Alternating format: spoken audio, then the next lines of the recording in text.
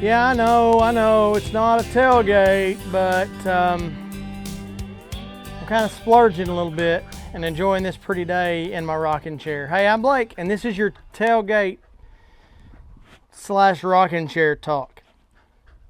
So, this summer we had a big old garden. And I mean a big old garden. Now, for some people it wasn't a big garden, but for us it was a big garden. Our rows, we had, I think, 18 rows, and our rows were 150 feet long. So it's pretty big garden. And I have always just used my farm tractors for the garden, and decided that wasn't going to do the job this year because it was kind of just cumbersome, kind of a pain. So I found an old Massey Ferguson tractor on Marketplace. Worked out a little exchange, little trade with a fella, and I bought this old Massey Ferguson tractor. What is it? I think a 156 or 150. Some of you guys, I don't remember. I can't remember. Any other time I could tell you exactly what it is, but anyway, somebody's gonna comment and tell me exactly what it is. But anyway, it's a good old tractor, and a little gas burner, and that's kind of my little garden tractor.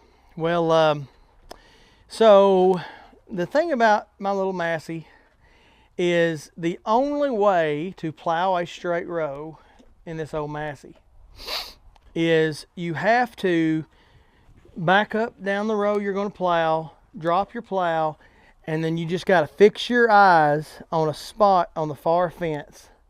And you cannot take your eyes off that spot on that fence. If I start looking around, which if you're watching this and you know me, you know how hard that is, how impossible that is for me to go 150 feet slowly and not take my eyes off of one spot. Do you know how hard that is? There's so many things happening around me when I'm plowing a garden for that long. It's so hard for me to not be looking around at everything else.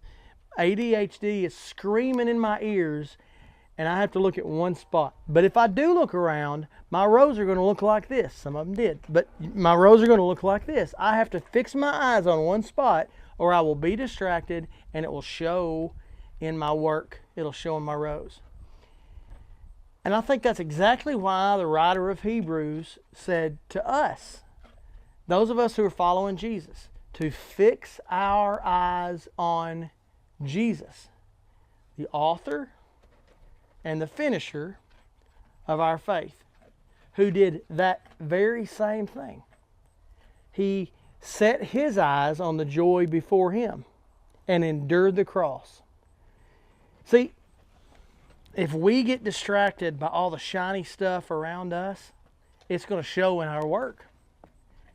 In our rows, our work that we're accomplishing for the kingdom is going to be drawn toward this over here and drawn toward this over here. When in reality, our time is so short and we have so much to do for the kingdom that we don't have any time but to plow straight rows for the kingdom of God.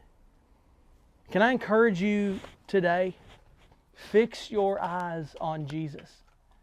And when you fix your eyes on Jesus, do you know what you're going to begin to see?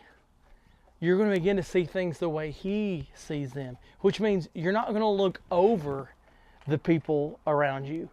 You're going to see them like you've never seen them before. Ah, that's incredible.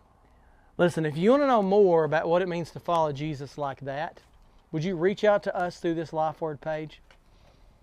Would you reach out to us if you want to know more about what it means to follow Jesus daily? We would love to talk to you more about what it means to follow Jesus like that.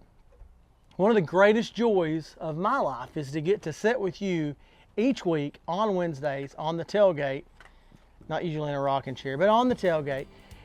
And so, hey, until next week, I pray you have an incredible week. I love you, and hi, friend.